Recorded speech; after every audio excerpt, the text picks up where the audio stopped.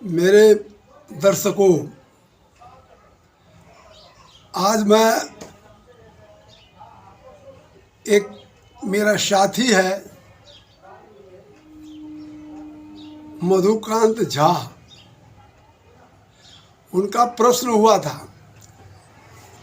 और उनके प्रश्न का उत्तर मैंने मोबाइल पर ही दे दिया था। फिर भी मेरे दिमाग में आया कि उन प्रश्नों को मैं आम भी कर दूं।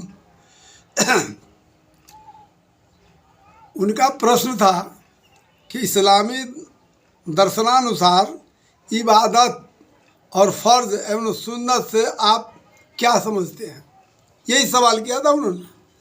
तो मैं अपने समझ के मुताबिक तो फ़ोन पर जितना उनको बताना था बता दिया, मगर आम बात भी लोगों के दिमाग में ये गुजरता होगा कि इबादत है क्या चीज़, और फ़र्ज और सुन्नत ये क्या चीज़ है। तो आम पढ़े लिखे मुसलमान लोग तो समझते हैं, आम ज़ुबान जो है, आम लोग जो है उसके सीधे कहते हैं सुन्नत, सीधे कहते हैं फ़र्ज, इसका मानी उसके समझ में नहीं आता है। तो मैं आज इसी पर कुछ रोशनी डालने जा रहा हूँ। तो दीन की बात जहाँ हो वहाँ प्यारे महबूब जनाब मोहम्मद रसूलुल्लाह सल्लल्लाहु अलैहि वसल्लम पर दरूद सलाम पढ़ना चाहिए। अल्हम्दुलिल्लाह नहमदुहु व नसल्ली अला रसूलिहिल करीम। अब लीजिए, मैं आपको इबादत की तारीफ या परिभाषा आपके सम्मुख रख रहा हूँ। इबादत किसे कहते हैं, इसकी परिभाषा मैं इस तरह आपको समझाने के लिए दे रहा हूँ कि इबादत, हेडलाइन ले लीजिए इबादत, और उसके बाद उसको परिभाषित कीजिए। हुक्म कुरानी तरीक़ाए मोहम्मद जो अमल किया जाए वो इबादत है। परिभाषा आप समझ में आ रही है आपको। हुक्म कुरानी, कुरान में किसका हुक्म है? अल्लाह का हुक्म है।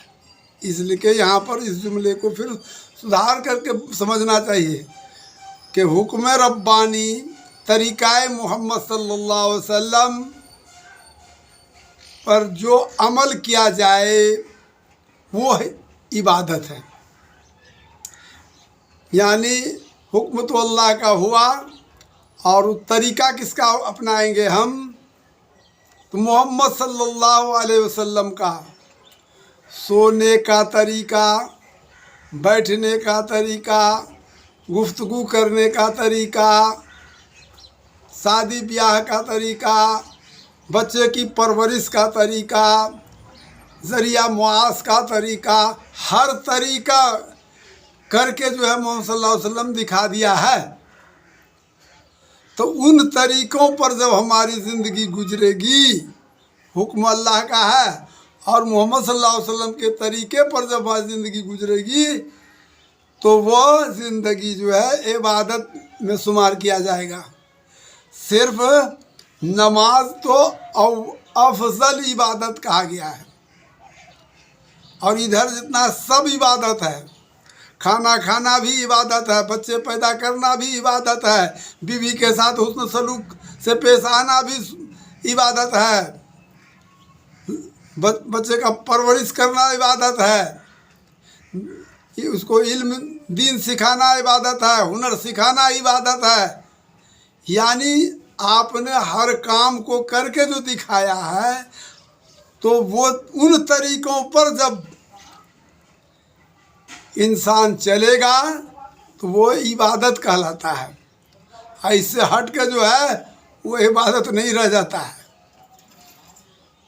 अब तो इबादत का परिभाषा आपको समझ में आ गया। दूसरा सवाल था फ़र्ज। फर्ज किसको कहते हैं, इसको परिभाषित करने के लिए एक ही लाइन में क्लियर हो जाता है। हुक्म खुदाबंदी को फर्ज कहते हैं। फर्ज अब जो है वो फर्ज किसके जरिया से हुक्म मिला है, नबी के जरिए से जो मिला हमारे पास आया फर्ज का हुक्म, उसको फर्ज तो क्लियर हो गया कि इस्लाम में हुक्म खुदाबंदी को फर्ज कहते हैं। और फर्ज की जो है दो इकसाम हैं, फर्ज दो प्रकार के होते हैं। एक फर्ज है दायमी, दूसरा है वक्तिया। अब यहाँ पर भी सोचना होगा, और आगे बढ़ा के मैं छोड़ देता हूँ, तब इसका विश्लेषण करके बता देता हूँ ताकि समझ में बात आ जाए। फर्ज दायमी और फर्ज वक्तिया। फर्ज दायमी वह फर्ज है जो कि इंसान हमेशा उस अमल को जारी रखे, उस चीज़ को जारी रखे। और वक्तिया, फर्ज वक्तिया वह है जो वक्त पर उस फर्ज को अदा की जाए। फर्ज वक्तिया में जो है दो पार्ट्स हैं, दो हिस्से हैं, दो किस्में हैं। एक है फर्ज ऐन और फर्ज किफ़ाया। दायमी को हमने यूँ छोड़ दिया, अभी दायमी के बारे में आपको अभी नहीं ले जाएंगे वहाँ। फर्ज ऐन वह फर्ज है जो कि किसी भी मोमिन मर्द औरत उसको छोड़ नहीं सकते हैं।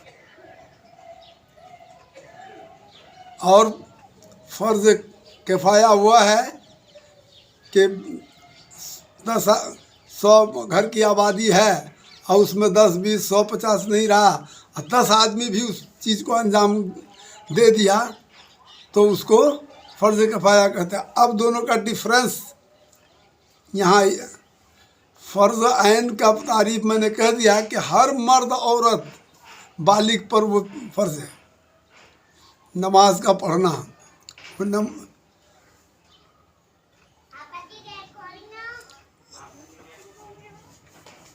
खुले हुआ था कमरा।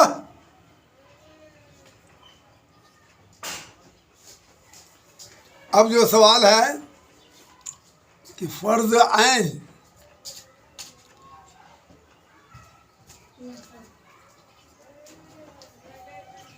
फर्ज ऐन को जो है फर्ज ऐन जो है आपके समझ में आ गया, नहीं समझ में? नमाज का पढ़ना, रोज़ा का रखना, ज़कात देना, हज करना है, ये सब चीज़ जो फ़र्ज में से है। अहले दौल हैं तो अहले नसाब हैं तो आपको ज़कात साल में, मगर सब वक्त पर मुतय्यन किया हुआ है। साल में ज़कात देना है, रमज़ान का रोज़ा है, साल में 1 महीना रखना है, नमाज का 5 वक्त पढ़ना है, वो टाइम टेबल देख करके, अय्याम टाइम वक्त देख करके पढ़ना है। इसलिए इसका नाम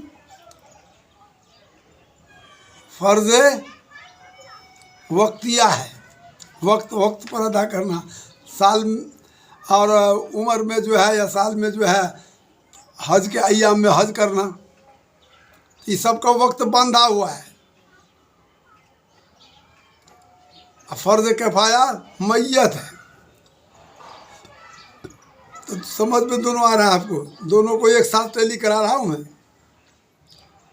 ये फ़र्ज़ ऐन हुआ, हर मर्द औरत को जो है नमाज का पढ़ना, रोज़ा का रखना ज़रूरी है। अगर धनवान है तो अहले निसाब हैं तो ज़कात देना, तो इस सब साल अपने मुतय्यन वक्त पर अदा करना है। तो अब पहले मैंने बताया था कि अल्लाह के हुक्म को यानी फ़र्ज़ कहते हैं, उसकी अदायगी पूरा करना होगा। उसमें 2 पार्ट्स बताए थे। वो क्या बताए कि फ़र्ज़ दायमी और फ़र्ज़ वक्तिया। अब फिर मैं दोबारा आपको समझाने का काम करता हूँ। असल है कि नमाज दिन भर में 5 मरतबा ईमान को बचाना है।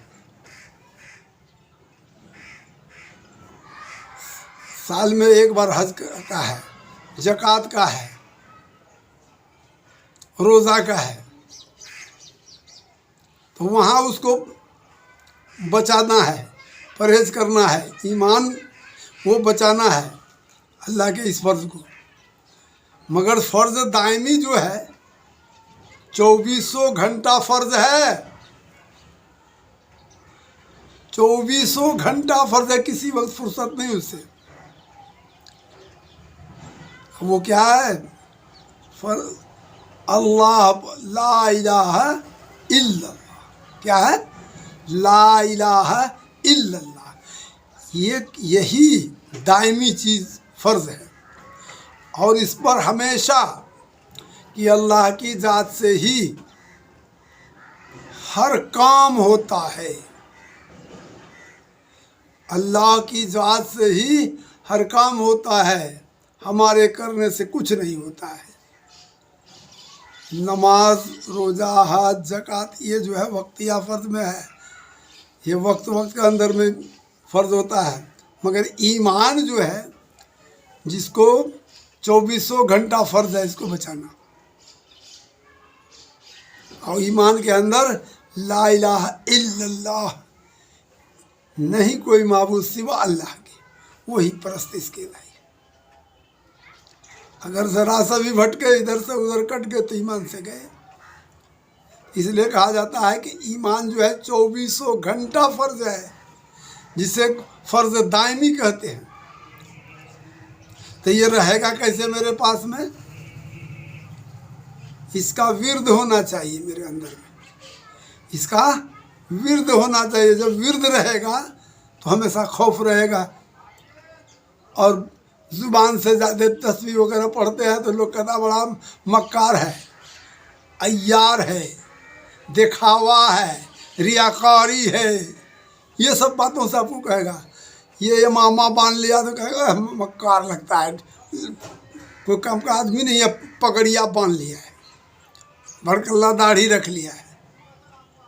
तो अल्लाह ताला के दरबार में अल्लाह का ये जो है आप इसको जो देख रहे हैं, सीना दिल, अल्लाह का घर यहाँ है।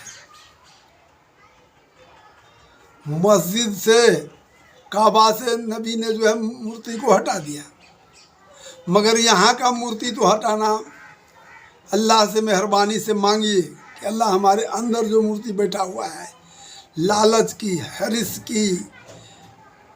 हरिस और दुनिया की सब चीज़ की जो इसमें बैठा के रखे हैं, इस काबा में, इस मस्जिद में, इसको निकाल बाहर कर दे। इससे गिरफ्तारी कीजिए उस पाक परवरदिगार से। और उसके लिए क्या करना होता है? विर्द रखिए और ज़ुबान बंद, तब उस ज़िक्रुल्लाह का विर्द कीजिए, ला इलाहा इल्लल्लाह। मैं तो खोल के बता दिया, इसको ऐसे करना है।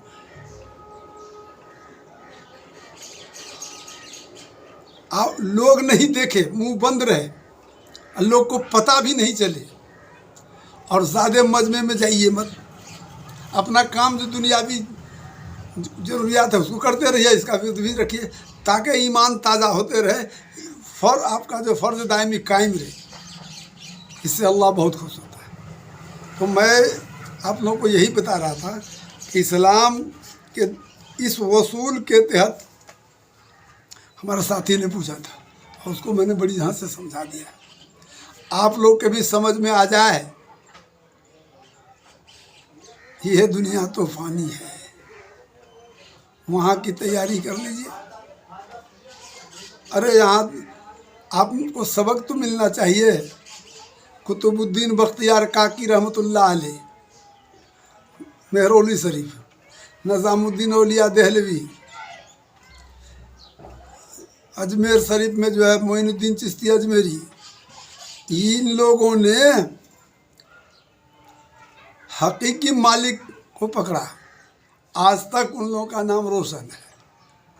आज जिन लोगों ने दुनिया की दौलत को पकड़ा, अंधजान से लेकर के बर्मा तक हुकूमत चलाने वाले बाबर के वंशजों का आज नाम निहाद नहीं है, और मगरूरियत करने वालों का तहस नहस हो जाता है। आपने कुरान में पढ़ा होगा, फिरौन, कारून, हामान, नामान, क्या क्या बादशाहों ने जुल्म ज्यादती की, तमाम चीज़ पढ़े हुए हैं, मगर उतर नहीं रहा है, अपने पर यकीन नहीं आ रहा है। यकीन उतारिए, आप बड़े नहीं हैं, बड़ा जो अल्लाह की ज़ात है। वो जिसे चाहता है इज्जत अता करता है, जिसे चाहता है जिल्लत दे देता है। आपके तरफ से क्या कुछ होता है? कुछ नहीं होता है। हमारे समाज के लोग खास करके अपने को इतना बड़ा वकार वाला समझते हैं, कह रहे इसके सामने है, मेरे सामने ये क्या है, इसको जो उल्टा सीधा कर देंगे तो सीधा हो जाएगा। अरे तेरा उल्टा सीधा करना क्या होगा? उल्टा सीधा वो न करे, उसकी मेहर हो जाए तो सर्रा भी पहाड़ बन जाता है, और उसका गजब हो जाए तो पहाड़ भी सर्रा से अनु और कनु बन जाता है। मगर ये सब सुनने के बाद मौलाना लोगों का तकरीर खूब सुनता है मुसलमान, मगर अमल नहीं है। नफ्स की पुजारी हो गया है, अल्लाह का पुजारी नहीं है, नफ्स का पुजारी हो गया है। नफ्स कहता है चलो दिल्ली, नफ्स कहता है चलो पटना। नफ्स को मार कर, नफ्स को रुख बदल करके अल्लाह की राह में निकलने के लिए बड़ा मुश्किल हो जाता है। तो मैं ज़्यादा आप लोगों का वक्त नहीं लूँगा, मेरा इतने ही समझाना था। इसके बाद है सुन्नत। सवाल ये भी था सुन्नत, इसका तारीफ बड़ा ढंग से समझिएगा। सुन्नत का मानी होता है अपने से अगलों की पैरवी करना, उनके तरीकों पर चलना। तो हमारे इस्लाम में जो है सुन्नत शब्द कहने से काम नहीं चलेगा।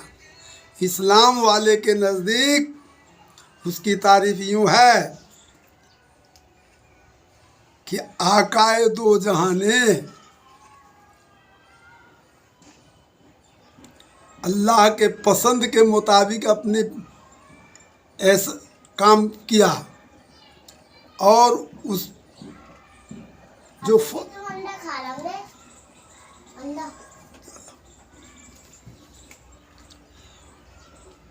उधर से जो है अल्लाह की तरफ खुश रखते हुए मोहम्मद मुस्तफ़ा सल्लल्लाहु अलैहि वसल्लम ने जो अपने उम्मतों को, अनुयायियों को अपनी ज़िंदगी गुजारने का तरीका बताया, कुछ तो अपने चल के बताया, आपकी तरीका जो कहने का कुछ बोल के भी कहा है और कुछ करके भी दिखाया है। तो इसकी पैरवी करने को हम लोग सुन्नत मोहम्मद सल्लल्लाहु अलैहि वसल्लम कहते हैं। नहीं तो सुन्नत कोई भी शैतान का भी सुन्नत होता है, भूत का भी सुन्नत होता है, किसी और मजहब वाले का अपना अपना सुन्नत होता है, उसको सुन्नत नहीं कहेंगे। हमारे नज़दीक सुन्नत वो है जो मोहम्मद सल्लल्लाहु अलैहि वसल्लम ने किया और हमको करने का हुक्म दिया, उसे हम सुन्नत मुस्तफ़ा कहते हैं।